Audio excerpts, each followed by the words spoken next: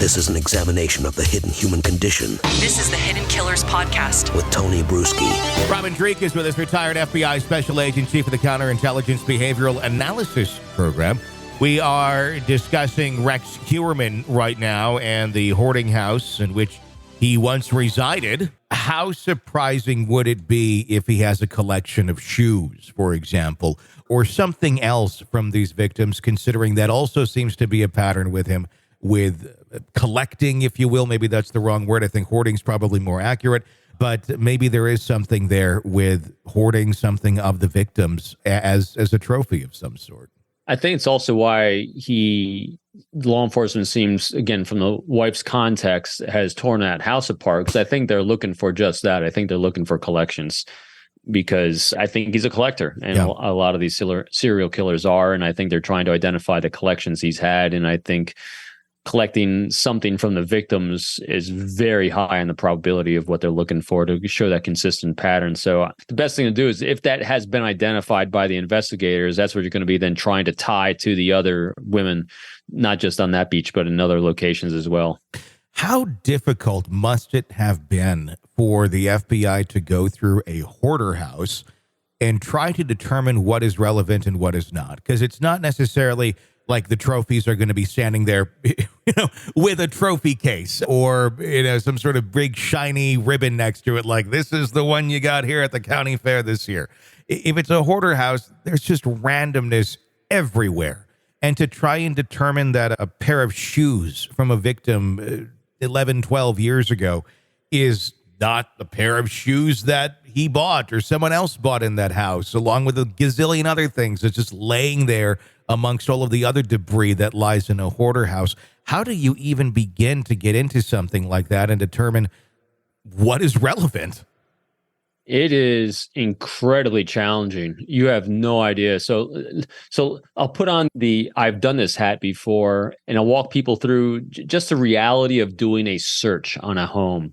First of all, I think it takes a very special kind of agent or investigator to actually do a very good job of this, because when you go in with an investigative team, a search team, you have a lot of people on a search team. That lot of people on that search team are generally recruited from other areas of the office, other investigations, other things they're doing. I've been on search teams as one of the collectors, as one of the searchers, on cases that had nothing to do with me, what I was doing, or my background, because they needed people because of what you said. The volume of things to go through is so insurmountable for one case agent, one team lead to go through. So you have one team lead that goes on site, and that person becomes the filter of everything that they're going to seize through that house. Now they brief the team on the collectors that go out there on what exactly they're looking for according to the search warrant.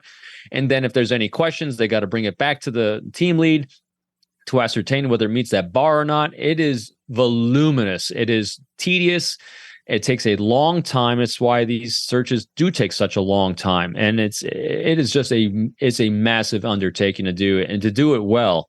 And so in this case, if they're looking for things like that, you're absolutely right. It's going to be very challenging to do that, especially because the other thing you want to do is you're trying to minimize the impact on people that are innocent as well. So you don't want to destroy homes. You don't want to destroy houses. You want to be respectful in areas that should have respect. I mean, it's an amazing, challenging balance and dichotomy to maintain. And so, it would be incredibly challenging, but hopefully they were able to do what they need to do. They're there a long time. I know they'll still have access to the home if needs be. And so there you go. But it's a grind.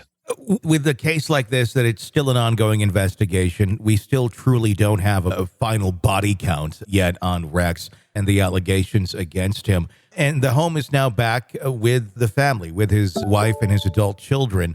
Are you surprised by this, that it's already back there already in their possession? Would it have been wiser? Could they have basically locked that home down for, God knows, years to come, because it could be a trove of other evidence that they don't even know what they're looking for yet until some of the other investigations get further along the line or have concluded?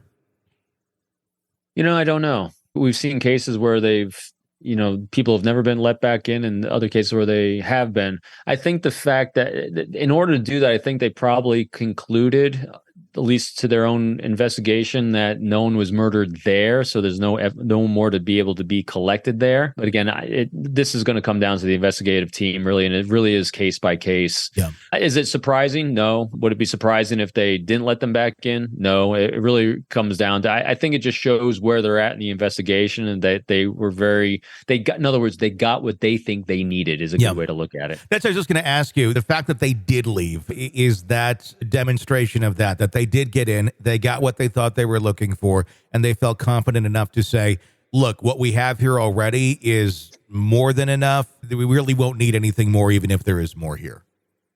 Agreed. And most likely also because if the wife was very cooperative as well, answering questions, giving access, explaining X, Y, and Z to the team lead, if that's what happened, it helps them speed up the process as well. And because, if you're going to create a relationship, a healthy relationship where you're trying to make it easy for the investigators to leave, to get what they need, then you're able to move on quicker. This is an examination of the hidden human condition This is the Hidden Killers Podcast with Tony Brueski.